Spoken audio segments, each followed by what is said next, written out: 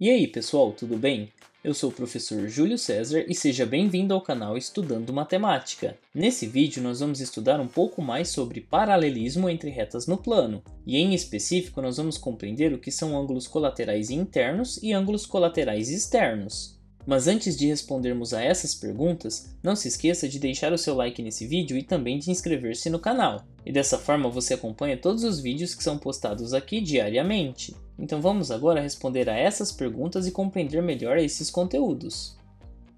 Nós vamos começar retomando o contexto no qual nós estamos estudando. Nós estamos considerando duas retas paralelas R e S, e essas duas retas são interceptadas por uma reta transversal que nós chamamos de T. E nesse contexto, ao interceptar as retas R e S, a reta transversal T está formando um total de 8 ângulos. E para identificar cada um desses ângulos, nós vamos utilizar as letras de A até H. E é nesse contexto que nós vamos estudar e compreender o que são ângulos colaterais internos e ângulos colaterais externos. Mas antes de entrarmos em específico nesses ângulos, nós vamos compreender qual é a região interna e qual é a região externa a qual nós estamos nos referindo.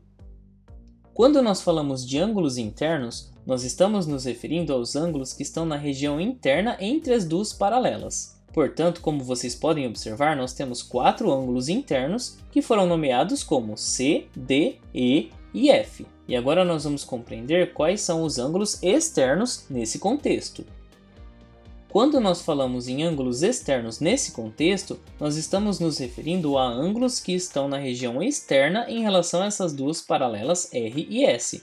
Ou seja, nesse contexto nós temos 4 ângulos externos, que são ângulos que estão nessa região que é externa em relação às paralelas R e S. Portanto, aqui nós temos um total de 4 ângulos externos, que estão identificados como A, B, G e H. Agora que nós compreendemos o significado de ângulos internos e ângulos externos nesse contexto, nós vamos analisar em específico os ângulos colaterais internos.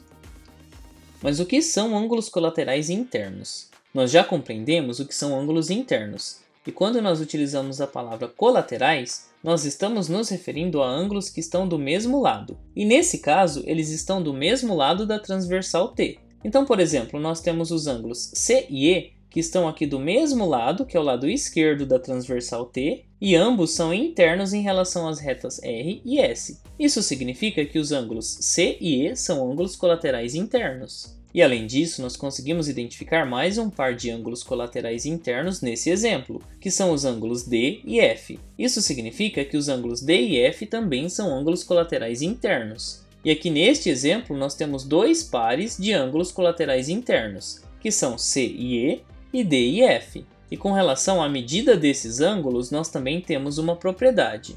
E a relação entre ângulos colaterais internos é que eles são suplementares. Mas o que isso significa?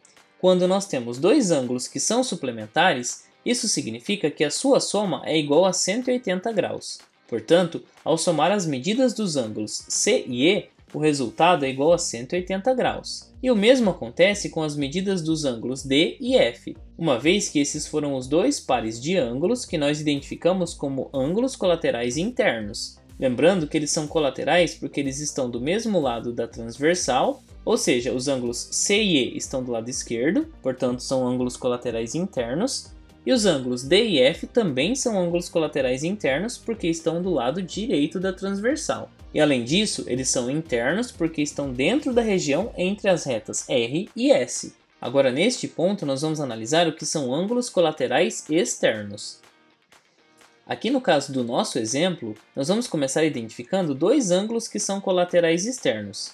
Lembrando que eles são externos em relação às duas paralelas R e S e essa região compreendida entre elas. Eles estão fora dessa região, por isso eles são externos. E além disso, eles são colaterais porque ambos estão à esquerda da transversal. Ou seja, isso quer dizer que os ângulos A e G são ângulos colaterais externos. E nós conseguimos também identificar mais um par de ângulos que tem essa característica, que são os ângulos B e H, uma vez que eles são ângulos externos e eles também são colaterais, ou seja, estão do lado direito aqui da transversal T.